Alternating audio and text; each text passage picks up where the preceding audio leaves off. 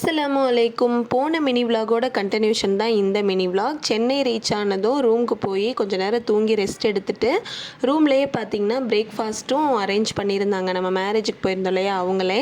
So breakfast சாப்பிட்டுட்டு marriage ஃபங்க்ஷனுக்கு போயிட்டோம். அடிக்கிற வெயிலுக்கு சில்லுன்னு ஐஸ்கிரீம் ஜூஸ் இந்த மாதிரி தான் பிடிக்குது. ஸோ சாப்பிட்றதுக்கு முன்னாடியே எல்லோரும் ஐஸ்கிரீம் வாங்கி நல்லா சாப்பிட்டோம். அதுக்கப்புறம் தான் சாப்பிட போனது. நான் பார்த்திங்கன்னா எப்போதுமே விரும்பி சாப்பிட்றது நான்வெஜ் தான். பட் இந்த டைம் வெஜ் செக்ஷனுக்கு போயிட்டேன்.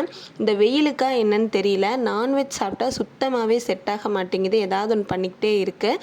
அதனால நான் வெஜ் செக்ஷனுக்கு போயிட்டேன். வெஜ்ஜுமே சும்மா சொல்லக்கூடாது, நிறைய வெரைட்டிஸ் இருந்தது. சூப்பராக இருந்தது சாப்பிட்றதுக்கு. ஸோ நல்லபடியாக சாப்பிட்டுட்டு கொஞ்சம் நேரம் அங்கே டைம் ஸ்பெண்ட் பண்ணிவிட்டு அகைன் ரூமுக்கு வந்து கொஞ்சம் ரெஸ்ட் எடுத்துகிட்டு ஈவினிங் போல் பெசன்ட் நகர் பீச் தான் போயிருந்தோம். ஈவினிங் ஆயிடுச்சு, இருட்டிருச்சு. தண்ணியிலலாம் விளையாட அலோவ் பண்ண மாட்டாங்கன்னு சொன்னாங்க ஆட்டோ டிரைவர். பட் நாங்கள் போகும்போது நிறைய பேர் விளையாடிட்டு தான் இருந்தாங்க. ஸோ நாங்களுமே சூப்பராக தண்ணியில் ஜாலியாக ஆட்டம் போட்டு அகெயின் வரும்போது பார்த்திங்கன்னா காஃபி டீ குடிக்கலான்ட்டு ஒரு கடைக்கு போனோம். நான் வந்து கோல்டு காஃபி, ஹஸ்பண்ட் வந்து டீ குடித்தாங்க.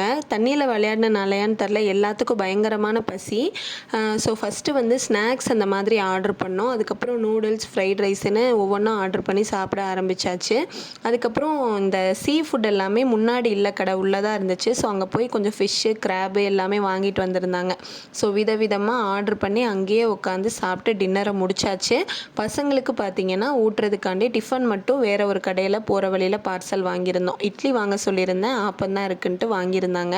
ரூமுக்கு வந்தால் கல்யாண பிரியாணியும் இருந்தது. நான் மதியம் சாப்பிடல இல்லையா, ஸோ அதையுமே லைட்டாக டேஸ்ட் பார்த்துட்டு தூங்கியாச்சு. நெக்ஸ்ட்டு எங்கே போனோம் அப்படிங்கிறத அடுத்தடுத்த மினி விலாகில் பார்க்கலாம்.